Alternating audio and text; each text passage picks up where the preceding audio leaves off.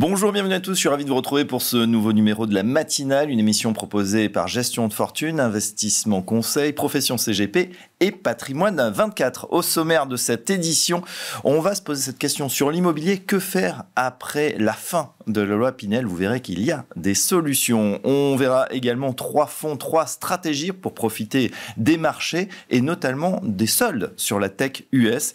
Et enfin, un fonds de partage invincible été. Si vous aussi vous souhaitez participer à la lutte contre cette terrible maladie de Charcot qui affecte Olivier Goy, eh bien vous verrez comment. C'est tout de suite dans la matinale.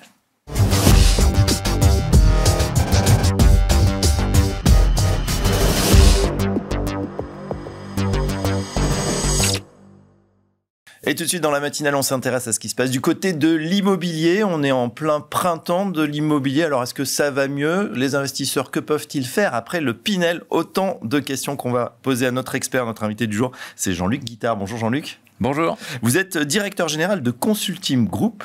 Et avec vous, justement, on va se poser cette question. L'immobilier, c'est vrai qu'on est un peu démunis quand on est investisseur. Peut-être nos amis, conseillers en gestion de patrimoine, se demandent-ils que faire après le Pinel? Mais tout d'abord, un petit mot de Consulting Group.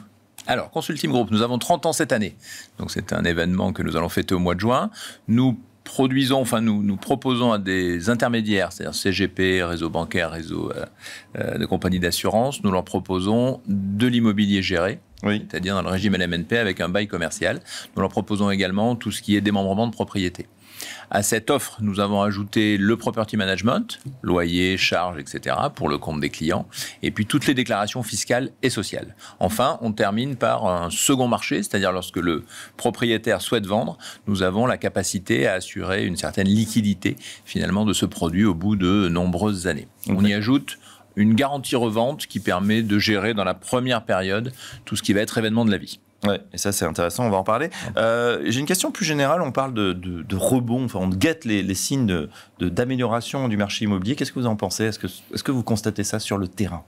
Sur le terrain, on ne constate pas de rebond. Le mot est beaucoup trop fort. Il y a ce que j'appellerais des frémissements. La baisse des taux, qui pour l'instant est un peu contre-intuitive au regard des taux. L'État français en prend de plus en plus cher. Les investisseurs immobiliers de moins en moins cher. Peut-être qu'il y a une opportunité d'ailleurs, dont il faut profiter. Mais pas de rebond, des frémissements. On voit un peu plus de résidences principales, puisqu'il y a beaucoup de projets de résidences principales qui avaient été stoppés. La baisse des taux les a réenclenchés. Mais on vide le stock. Oui. On n'a pas de nouveautés ou de flux nouveaux qui seraient intéressants. Ouais, ce qui est intéressant, c'est qu'on voit que les banques quand même ne réalignent pas leur taux d'intérêt sur la hausse récente qu'on a eue. Elles sont plutôt dans la tendance banque centrale. Pourquoi ? Parce qu'elles en font un produit d'appel, parce que sans doute il faut reconquérir des clients. On sort quand même d'une période de baisse forte du nombre de clients qui étaient investisseurs, on l'a vu sur tous les chiffres. Je pense que dans les banques, ça se ressent aussi. C'est moins de nouveaux clients, c'est moins de développement, c'est moins de cross-selling. Donc il faut quand même aller conquérir des clients. Très bien. Alors Jean-Luc, on se pose cette question. C'est vrai que juste ici, il y avait un dispositif fiscal largement utilisé. Le Pinel, on rappelle les chiffres, vous m'avez rappelé 50 à 60 000 lots par an. Alors qu'est-ce qu'on fait pour remplacer ce Pinel aujourd'hui ? Alors, rien n'a été fait au sens fiscal. Ouais, donc pas de nouvelle loi. Pas de nouvelle loi, pas de nouveau texte. Ça, c'est certain. Ce qu'on voit apparaître sur le marché, c'est on a relancé un peu le de Normandie, mais qui est un sujet assez contraint dans l'ancien, avec beaucoup de travaux et des loyers qui doivent être plutôt baissiers. Donc, pour un investisseur, c'est pas naturel d'aller faire du de Normandie. Finalement, on y a rajouté d'ailleurs tout à fait récemment, enfin en 2024, les copropriétés dégradées. Je dirais que pour un investisseur, le dispositif ne fait pas rêver. Le nouveau dispositif qu'on a vu apparaître au début de l'année, à l'initiative d'ailleurs d'un promoteur Green City qui l'a mis en avant, c'est le LLI privé. Donc le LLI privé, c'est ce qui existait pour les investisseurs institutionnels. Donc il n'était pas impossible de le faire pour les particuliers. Il a fallu obtenir un rescrit de l'administration fiscale pour qu'un particulier, en créant une SCI, puisse investir dans du LLI. Ouais. Quels sont les avantages? TVA à 10%. D'accord, et crédit d'impôt qui va vous payer finalement la taxe foncière. C'est comme ça qu'on peut le voir. C'est intéressant, ça a été créé en 2014 le LLI, mais uniquement dans les zones tendues, puisqu'il remplace finalement quand le marché privé est très haut, que le marché social est là où il doit être, il y a de la place entre les deux. Et ce LLI était là pour ça. Donc s'il est employé dans cette même idée, c'est un produit d'investissement nouveau. Si on le retrouve dans des villes qui n'ont pas de tension, ce que je crains pour tout vous dire, c'est un produit dont il faut un peu se méfier finalement, puisqu'on ira faire quelque chose dans un endroit où il n'y en a pas besoin. Ce qui, en matière d'investissement, en général, donne toujours les mêmes résultats. Voilà. Est-ce que ce sera possible de le faire dans des zones tendues ? Lali? Absolument, on voit sortir des programmes. Les premiers programmes qui sortent, quand ils sortent dans des zones tendues, région parisienne évidemment, mais les grandes métropoles, c'est tout à fait effectivement un sujet qu'on peut regarder en tant qu'investisseur, bien sûr. Oui, très bien. Alors, plus que jamais, les investisseurs doivent faire attention et réfléchir à leur stratégie, en tout cas vos partenaires, les conseillers en gestion de patrimoine, c'est ce qu'on recommande de faire pour leurs clients. C'est notre histoire, on a toujours travaillé avec des partenaires parce qu'on considère que faire un investissement immobilier, pour beaucoup de personnes, c'est une fois ou 2 fois dans la vie, c'est pas 50 fois. Donc c'est un moment important, il faut être conseillé, il faut être accompagné. Donc on n'a pas de relation directe. On veut toujours qu'il y ait quelqu'un qui conseille et qui aide dans des dispositifs. Le Pinel était assez simple. Combien vous payez d'impôts, je vais vous trouver un actif qui vous fait payer moins d'impôts. Aujourd'hui, on a le Malraux, le monument historique, le de Normandie, le LLI privé que je viens de décrire, le LMNP qu'on connaît bien, le Géret. Il faut réfléchir un peu parce que tout ça porte une petite complexité dans la réflexion qu'il faut mener. C'est pas hyper accessible. Ouais. Et dernière question sur le démembrement de propriété. Alors, il nous reste peu de temps. Vous nous avez parlé justement de faire du property management. Qu'est-ce que c'est exactement? Alors, le property management, c'est le fait de faire payer les loyers aux locataires dans un bail commercial, donc à l'exploitant, et de bien vérifier que les charges sont bien payées et bien calculées. Le démembrement de propriété, c'est un sujet où on va enlever l'usufruit. Donc quelqu'un va exploiter le logement pendant une durée donnée et une autre personne conservera uniquement la nue propriété. Ces 2 éléments se reconstituent au bout d'un certain nombre de temps et vous avez acheté votre logement au prix de la nue propriété et vous en disposez dans 15 ou 18 ans en n'ayant payé que le prix de la nue propriété mais en ayant attendu évidemment. Ouais, en tout cas, on voit Jean-Luc Guittard qu'il faut faire preuve d'inventivité quand il y a des dispositifs comme ça, comme le Pinel qui disparaît, ce qui était relativement simple. En tout cas, merci pour vos éclairages. Jean-Luc Guittard, je rappelle que vous êtes directeur général de Consulting Group et à très bientôt dans la matinale. Merci beaucoup.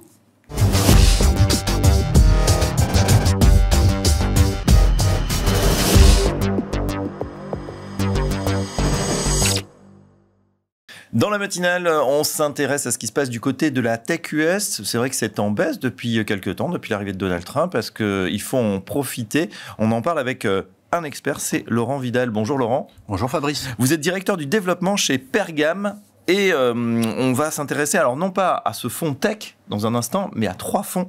Mais tout d'abord, un petit mot de Pergam. Pergam est une société de gestion entrepreneuriale, indépendante, qui a 25 ans, 25 collaborateurs, et qui tire sa particularité du fait que chez Pergam, on trouve à la fois des actifs privés, et de la gestion sous mandat. Une société de gestion historique en quelque sorte et qui dernièrement s'est installée dans le secteur de la distribution en créant quelques stratégies d'investissement et des stratégies d'investissement concentrées. La première des stratégies dont on parle dans ces actifs diversifiés, c'est un fonds daté, un fonds obligataire daté. Est-ce que vous pouvez nous en donner les caractéristiques, Laurent ? Pergam Oblig Impact 2029 est un fonds obligataire effectivement daté, Fabrice, échéance 2029 qui présente la particularité d'être investment grade, triple B, qualité de signature et de crédit très très bonne en ce moment, et à article 9. Donc on va retrouver à l'intérieur des obligations durables qui vont délivrer à la fois une performance et profiter de la baisse des taux à venir. Aujourd'hui, ce fonds délivre une performance de l'ordre de 2% depuis sa création en juillet dernier, avec un rendement de l'ordre de 4,60%. On passe à un second fonds, holding coté diversifié, ça c'est original, avec une décote en ce moment sur ces holdings traditionnels, ça s'appelle Pergam Best Holding. C'est un fonds d'action internationale sur la thématique des holdings cotés, comme vous l'avez dit, et dans une période d'incertitude comme celle qu'on est en train de vivre en ce moment, se mettre dans le sillage des money makers, des capitaines d'industrie qui ont une vision, je trouve que c'est pas une mauvaise idée, effectivement. Et puis le troisième fonds dont on parle, c'est un fonds basé sur la tech, et il faut peut-être en profiter avec cette baisse qu'on a vue, notamment sur le Nasdaq, de 8 à 10%. Est-ce que c'est le moment d'en profiter ? Racontez-nous ce que fait ce fonds. Software Conviction Fund est un fonds action international sur la thématique de l'intelligence artificielle et plus particulièrement du software. Fini les pelles et les pioches. Aujourd'hui, on est sur la V2 de l'intelligence artificielle. La V2 de l'intelligence artificielle, ce sont les éditeurs de software. Chez Pergam, on a choisi de se concentrer sur quelques secteurs, la cybersécurité, le cloud, le data monitoring, les outils de paiement, qui font que la croissance est structurelle sur ce secteur d'activité. C'est parti pour du long terme. Si on en croit les analystes de la Banque mondiale, la contribution au PIB du numérique doit passer de 15 à 30% dans les 5 années à venir. Juste un exemple, sur la cybersécurité, la CEO de JP Morgan en 2023 à Davos disait qu'il y avait 45 milliards de tentatives d'intrusion tous les jours dans les systèmes de la banque. Bilan de l'opération, ce sont 2500 ingénieurs sur le terrain. C'est 15 milliards d'investissements chaque année sur le sujet. Elle est là. Le doublement de la contribution du numérique au PIB mondial, il est là. Voilà, et c'est peut-être pas la fin des soldes, mais on peut déjà profiter effectivement de cette dynamique pour se replacer donc dans ce fonds Software Conviction Fund. Merci Laurent Vidal, je rappelle que vous êtes le directeur du développement chez Pergam et à très bientôt dans la matinale. Merci Fabrice.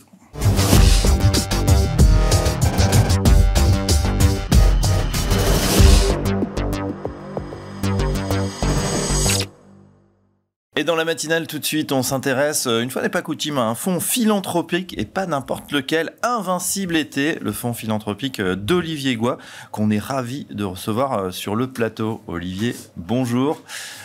Olivier Goy, vous le connaissez sans doute, en tout cas dans le monde de la finance, on le connaît. C'est un cerveau brillant qu'il a toujours, mais malheureusement enfermé par la maladie de Charcot aujourd'hui, mais il pourra s'exprimer dans un instant, vous allez voir ça. Et il est venu en compagnie de Xavier Antonios. Bonjour Xavier. Bonjour. Vous êtes donc président du groupe 1, 2, 3e. Olivier en est le fondateur et toujours président du conseil de surveillance.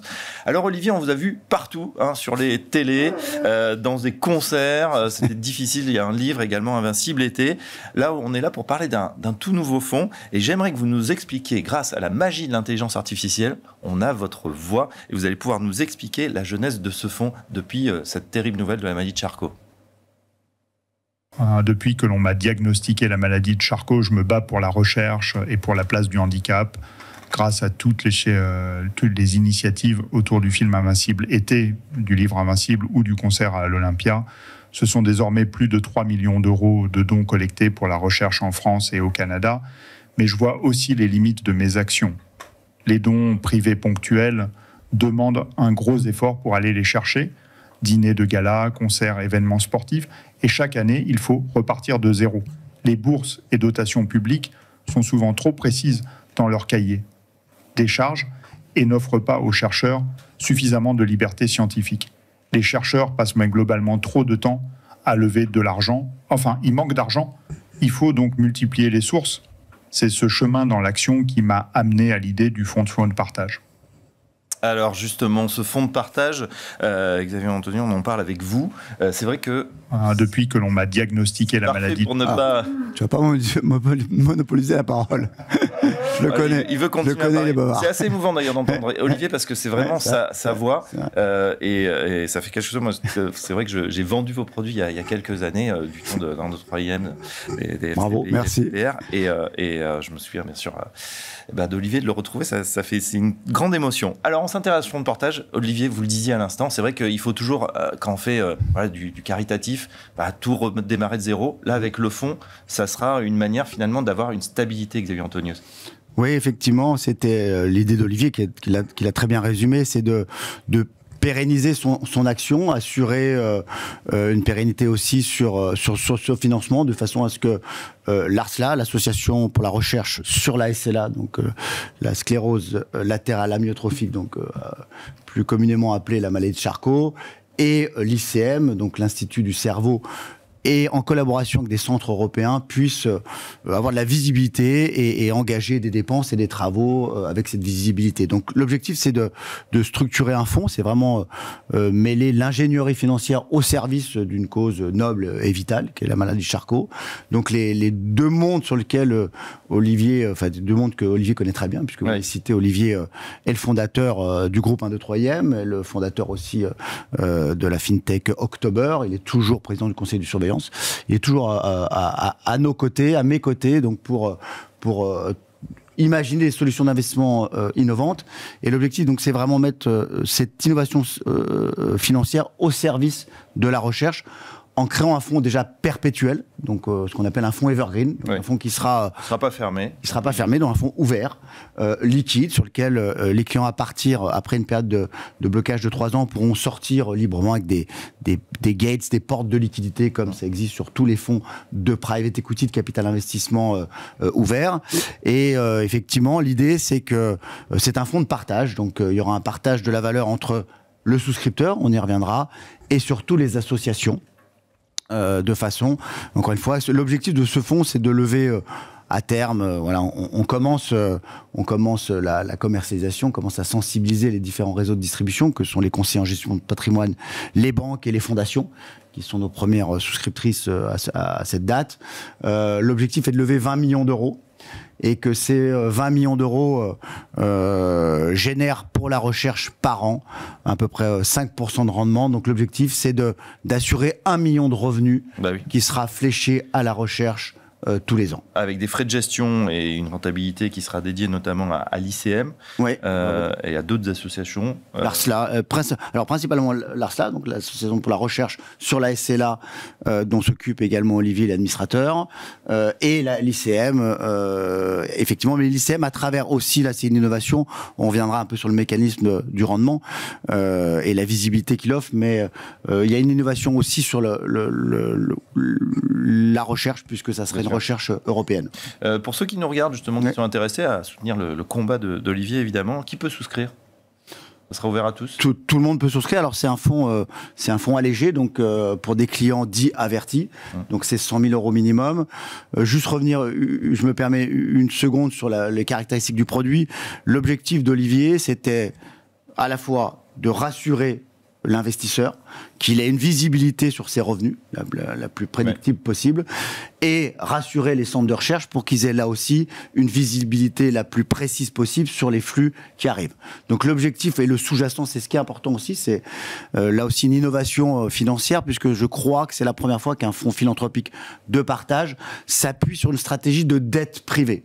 Voilà, souvent, les fonds de partage en private equity sont assis plutôt, c'est très bien également, il faut tout et il faut beaucoup d'initiatives pour financer la recherche, mais c'est souvent des fonds dits equity, c'est-à-dire qu'on va investir dans des PME, des ETI, et à la sortie, à terme, une partie de la plus-value sera reversée à des associations ou à la recherche, ce qui nous amène souvent dans le private equity assez loin en termes de durée, plutôt au terme des 5, 7, 10 ans. Là, c'est différent. Là, c'est différent, c'est un fonds de dette, c'était l'objectif d'Olivier, c'est d'être percutant et d'amener des moyens tout de suite à la recherche, et aussi de rassurer le client, puisque le fonds de dette, c'est un peu moins anxiogène qu'un fonds equity, c'est beaucoup plus défensif. Oui. On a une meilleure visibilité sur les flux futurs, puisque l'objectif, non garanti, mais l'objectif de ce fonds, c'est de servir un coupon annuel, sous forme de versement, de distribution de coupons, d'obligations, puisque c'est un fonds de dette, de 8% par an. Ouais.